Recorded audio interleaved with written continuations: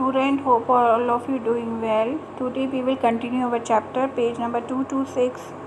Next question जो है वो पार्थिव पूछता है, What we understand is that the main purpose of election is to give people a chance to choose the representative, the government and the policy they prefer. तो पार्थिव कहता है कि इसका अभी मतलब हम ये समझते हैं या अब हमने ये समझा कि जो मेन पर्पस होता है इलेक्शन का वो ये होता है कि लोगों को चांस दिया जाता है कि वो अपने रिप्रेजेंटेटिव को चुन सके जिनकी पॉलिसी को वो पसंद करते हैं। हृदय कहता है therefore it is necessary to have a free and open discussion about who is better representative, कि इसलिए ये बहुत ज़रूरी है कि एक फ्री और ओपन डिस्कशन होना चाहिए कि कौन से रिप्रेजेंटेटिव ज़्यादा बेटर हैं। Parthiv again set which party will make a better government और what is good policy. Parthiv reply करता है यस, वो पार्टी जो अच्छा गवर्नमेंट बना सकती है और जिसकी पॉलिसी भी अच्छी हो। This is what happen during election campaign. Teacher reply करती है या आप लोग ये इस चीज़ को समझिए, ये हमारा पूरा इलेक्शन प्रोसेस है इंडिया का, कि ये सब डिस्कशन और कौन सी पार्टी अच्छी है कौन सी नहीं है, लोग किसे पसंद करेंगे, ये किससे पता चलता है? इलेक्शन कैंपेन से। कैंपेन होता है प्रचार प्रसार करना। इलेक्शन से पहले आप देखते हैं कि वो जो कंटेस्टेंट्स हैं वो अपनी पॉलिसीज़, अपनी पार्टी, उसके बारे में भी स्पीच देते हैं, डिबेट करते हैं, जगह जगह और सभाएं करते हैं। अब तो रोड शो भी होने लगे हैं, तो वो इलेक्शन कैंपेनिंग करता है, मतलब अपनी पार्टी का प्रचार प्रसार करते हैं। तो what is election campaign? In our country election campaign take place for a 2 week period between the announcement of the final list of candidate.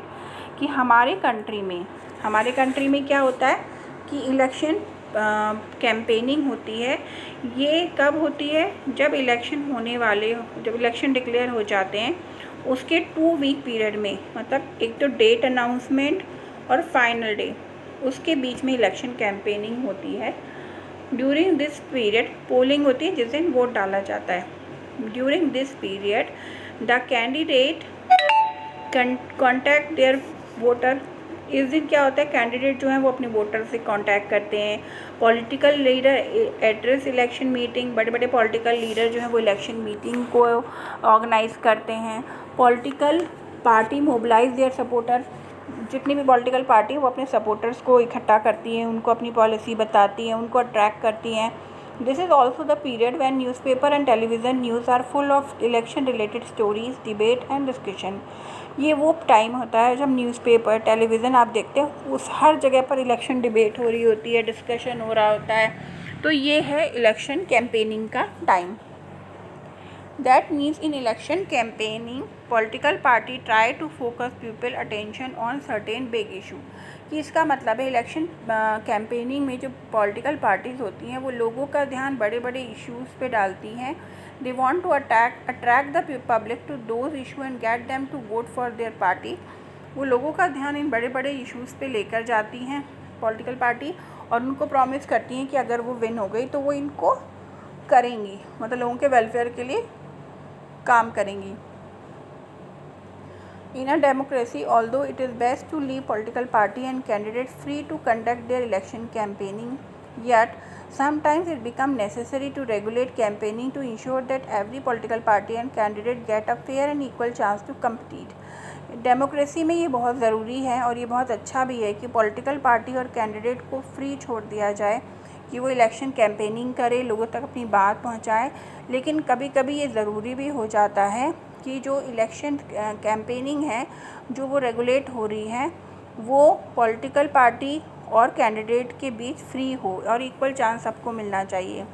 According to an election law no party और candidate can. अब उसमें क्या है, ये तो political party को election campaigning के लिए परमिशन दी गई है, लेकिन कुछ नियम हैं जिनको मानना पड़ता है। फर्स्ट क्या है, ब्राइब द वोटर। वोटर को किसी तरीके की रिश्वत नहीं दी जानी चाहिए, यानी कि पैसे दे के वोट लेना गलत है।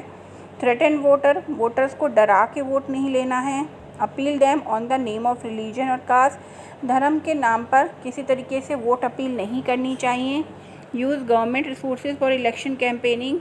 इलेक्शन कैंपेनिंग में क्या है, गवर्नमेंट रिसोर्सेज का यूज़ होना चाहिए। अब ये भी लिखा हुआ है, भले ही अब प्रैक्टिकली इससे ज़्यादा पैसा लग जाता है, लेकिन जो रिटन है उसके हिसाब से spend more than 25 lakhs in constituency for a Lok Sabha election और 10 lakh इन कॉन्स्टिट्यूंसी ना असेंबली इलेक्शन।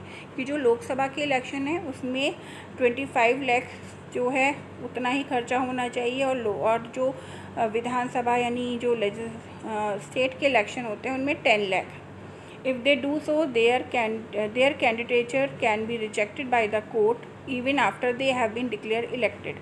अगर वो इससे ज़्यादा करते हैं तो क्या होता है, उनका रिजेक्शन भी हो सकता है उनके फॉर्म का। In addition to the law, all the political party in our country should agree to a code of conduct for election campaigning। और इसके अलावा हमारे जितनी भी पॉलिटिकल पार्टी हैं उन्हें कुछ नियमों का भी पालन करना पड़ता है।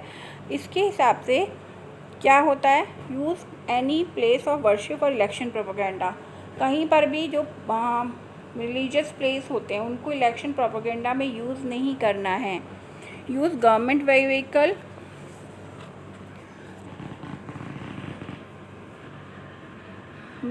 व्हीकल, का, एयरक्राफ्ट का या ऑफिशियल अपनी किसी सोर्स का यूज़ नहीं करना चाहिए। ठीक है। Once election are announced, minister shall not announce or lay foundation stone of any project। एक बार जब इलेक्शन अनाउंस हो जाते हैं तो कोई भी मिनिस्टर किसी नए प्रोजेक्ट का अनाउंसमेंट नहीं करेगा, यानी मेजर पॉलिसी डिसीजन नहीं लिए जाएंगे। जब इलेक्शन हो जाएंगे जो गवर्नमेंट बनेगी वो ये काम करेगी।